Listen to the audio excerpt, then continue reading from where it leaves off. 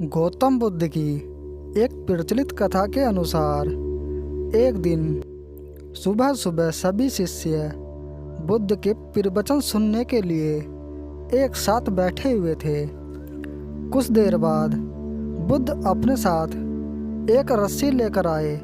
तथागत के हाथ में रस्सी देखकर सभी शिष्य को हैरानी हुई।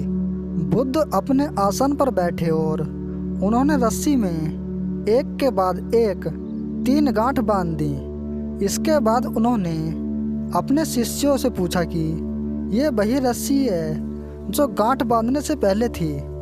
इस प्रश्न के जवाब में एक शिष्य ने कहा, तथागत, इसका उत्तर थोड़ा मुश्किल है। ये हमारे देखने के तरीके पर निर्भर करता है। एक तरह से तो वही रस्सी है, इसमें कोई बदलाव नहीं है।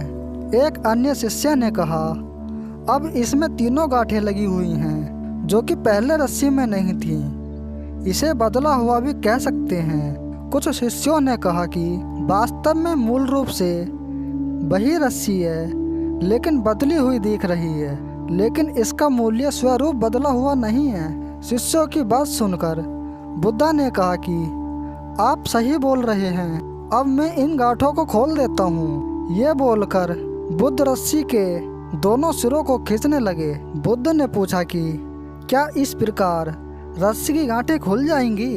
सभी शिष्यों ने कहा कि नहीं, ऐसा करने से तो गांठें और ज़्यादा कस जाएंगी, इन्हें खोलना और मुश्किल हो जाएगा। बुद्ध ने कहा कि एक अंतिम प्रश्न, इन गांठों को खोलने के लिए हमें क्या करना होगा?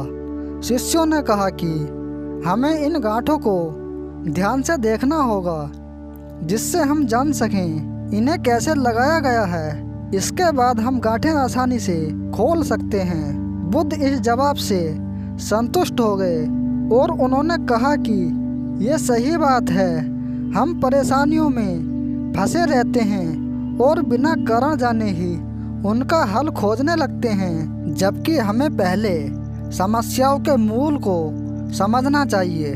जब समस्याओं की वजह समझ आ जाएगी तो उन्हें सुलझाना बहुत ही आसान हो सकता है।